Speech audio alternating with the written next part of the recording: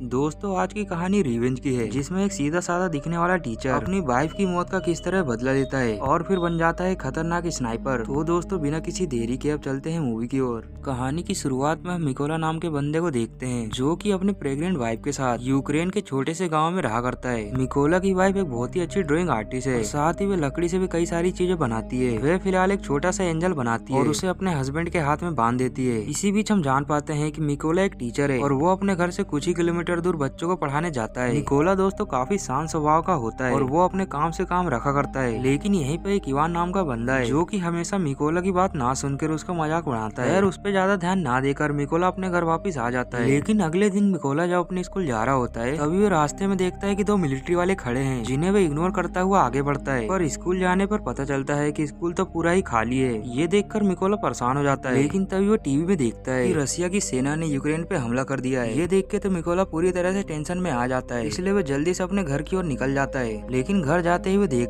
Ukraine की जो सेना होती है, उन्हीं में से दो सैनिक जो सुबह मिकोला को दिखे थे, वह उसकी वाइफ के साथ जबरदस्ती कर रहे होते हैं। और जब मिकोला अपनी वाइफ को बचाने के लिए जाता है, तो उससे भी वो सैनिक बहुत मारते हैं और मारने के साथ साथ वो उसके घर को भी जला देते हैं। अपने घर को जलता देख मिकोला की वाइफ को बहुत ही गुस्सा आता है और वो उन रशियन सोल्जर्स को उल्टा सीधा बोलने लगती है, लेकिन तभी वो लोग उसे शूट करके मार देते हैं और मिकोला उनका कुछ भी बिगाड़ नहीं पाता। अब उनके जाने के बाद मिकोला अपनी वाइफ को दफना देता है, लेकिन अब उसके अंदर बहुत ही ज्यादा गुस्सा भर जाता है और वो अपनी वाइफ की मौत का बदला लेना चाहता है। इसीलिए वो अपने देश की आर्मी यूक्रेनी सेना में भर्ती होना चाहता है, क्योंकि वो अब पूरे रसिया को ही मिटाना चाहता है। इसलिए वो अपनी वाइफ का एंजल लेके यूक्रेनी कमांडर के पास चला जाता है और वो उससे कहता है कि मैं इमरजेंसी में सेना में भर्ती होना चाहता हूँ। साथ ही वो उसे अपनी पूरी कहानी भी बताता है, लेकिन सब कुछ सुनने के बाद भी कमांडर को लगता है कि कोई जासूस है और वो उसके ऊपर पहले तो भरोसा नहीं करता, लेकिन थोड़ा सोचने समझने के बाद वो उसे भर्ती करने के लिए मान जाता है। जिसके बाद अगले दिन से ट्रेनिंग स्टार्ट की जाती है। मिकोला को लड़ाई और हथियारों के बारे में कुछ भी पता नहीं था, इसलिए वो औरों के मुकाबले काफी स्लो काम करता है।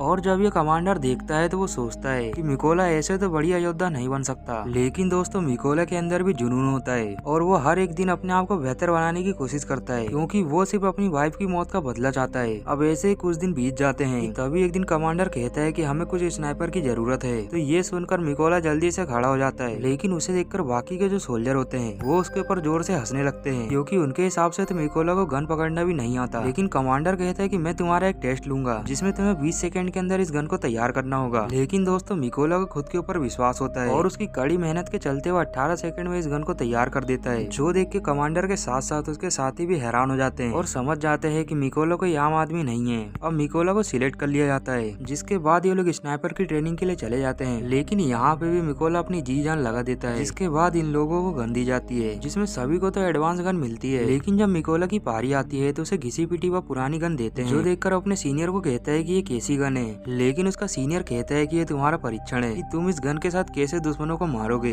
तो जाओ और खुद को साबित करो। अब मिकोला की क्लास ट्रेनिंग बची होती है, जिसमें उन लोगों को बिना डरे सामने वाले पे फोकस करना है। लेकिन जब इन सोल्जर्स पे गोलियां चलाई जाती है, तो इनमें से कई सोल्जर ऐसे होते हैं कि जो डर जाते हैं और वह वहाँ से चले भी जाते हैं। लेकिन जब दोस्तों मिकोला की पारी आती है, तो उसके ऊपर भी गोलियां चलाई जाती है, लेकिन मिकोला अपना थोड़ा भी ध्यान नहीं भटकाता और वो अपने टारगेट पे फोकस करे रहता है। जिसके बाद इन सब का रिजल्ट भी आ जाता है और इसमें मिकोला पास हो जाता है। लेकिन अब इन लोगों को एक असली मिशन पे भेजा जाता है, जिसमें इन लोगों के द्वारा रशियन लोगों को मारना था, क्योंकि उन लोगों ने एक चेक पोस्ट पे कब्जा करके रखा था। अब मिकोला और उसके साथी निशाना लगा के बैठे ही होते हैं कि तभी वो देखते हैं कि उस चेक पोस्ट पे गाड़ी आ रही होती है, जिसे रशियन लोग रोक लेते हैं और उसे पासपोर्ट दिखाने के लिए कहते हैं। उन कपल्स के द्वारा सारे पेपर दिखाने के बाद भी रशियन मिलिट्री उनके साथ बदतमीजी करने लगती है। लेकिन जब ये मिकोला और उसके साथी देखते हैं, तो वो सबको स्नाइप करके जान से मार देते हैं और फिर वो चेक पोस्ट इनके कब्जे में आ जाता है। इस तरह से इन लोगों ने कुछ अपना पहला मिशन कंप्लीट किया होता है।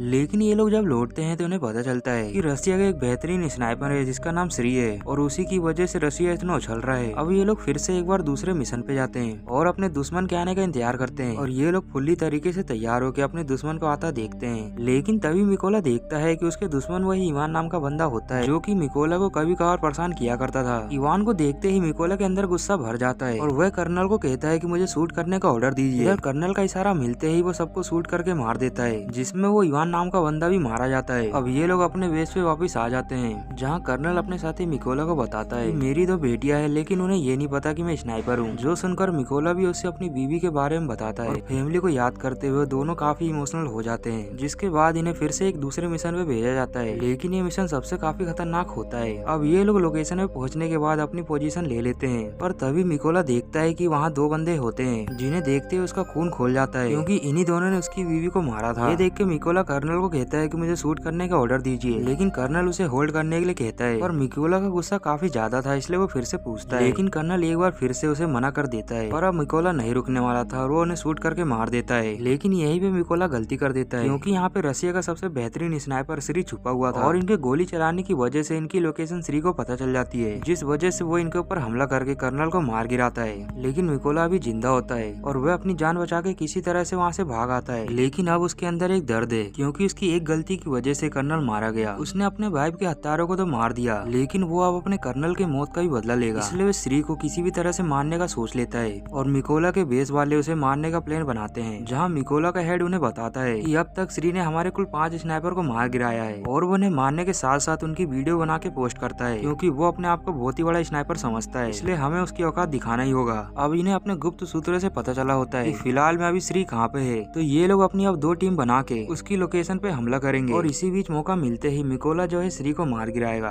अब ये लोग प्लान के अनुसार आगे बढ़ते हैं और उस लोकेशन पे पहुंच जाते हैं, जहां मिकोला ध्यान भटका के 2 स्नाइपर को मार गिराता है और उसके बाकी साथी सभी को मारने के बाद रास्ता साफ करते हैं। ये मंजर काफी दोस्तों खतरनाक होता है। अब उसी बिल्डिंग पे हम देखते हैं कि श्री बैठा होता है और उसे कुछ नीचे गड़बड़ लगती है, इसीलिए वो चेक करने के लिए चला जाता है, लेकिन तभी वो अपने साथी की बॉडी को देख के समझ जाता है, इसीलिए वो जल्दी से भागता हुआ अपनी लोकेशन पे दोबारा आता है। लेकिन तभी वो देखता है कि उसकी गन के पास एंजल रखा है, जो देखते हुए समझ जाता है कि उसके पास दुश्मन है। इसी बीच मिकोला उसके ऊपर हमला कर देता है और एक चाकू से श्री को मार गिराता है। इतने में श्री का एक दूसरा साथी जो कि उनकी आवाज सुन लेता है और उसे भी मिकोला ग्रेनेड से उड़ा देता है। लेकिन तभी मिकोला को एक बात पता चलती है कि श्री ने उस बॉडी को देखने के बाद ही यहाँ पर एक बैकअप टीम बुला ली थी और वो लोग अब बड़ी तेजी से यहाँ पे आ रहे हैं। लेकिन अब मिकोला भी कम नहीं होता और अपनी पोजीशन लेके ड्राइवर को शूट करता है, जिसकी वजह से उस ट्रक में बाकी बैठे साथी बाहर निकल जाते हैं। लेकिन इसका कोई फायदा नहीं होता, क्योंकि यूक्रेनी सेना ने दूर से ही उन पे नजर बनाए रखी थी और वो लोग इन्हें बड़ी बेरहमी से चुन चुन के मार देते हैं और यहाँ पर यूक्रेनी सेना की जीत होती है। यह लड़ाई जीतने के बाद मिकोला जो है अपनी बीवी की कब्र पे जाता है और वो उसे कहता है कि मैंने तुम्हारी मौत का बदला ले लिया, और वो कहता है कि मैं इसी तरह से देश की सेवा करता रहूंगा। इसी के साथ दोस्तों इस कहानी का दी एंड भी हो जाता है। अब मिलते हैं नेक्स्ट वीडियो में, तब तक के लिए बाय बाय।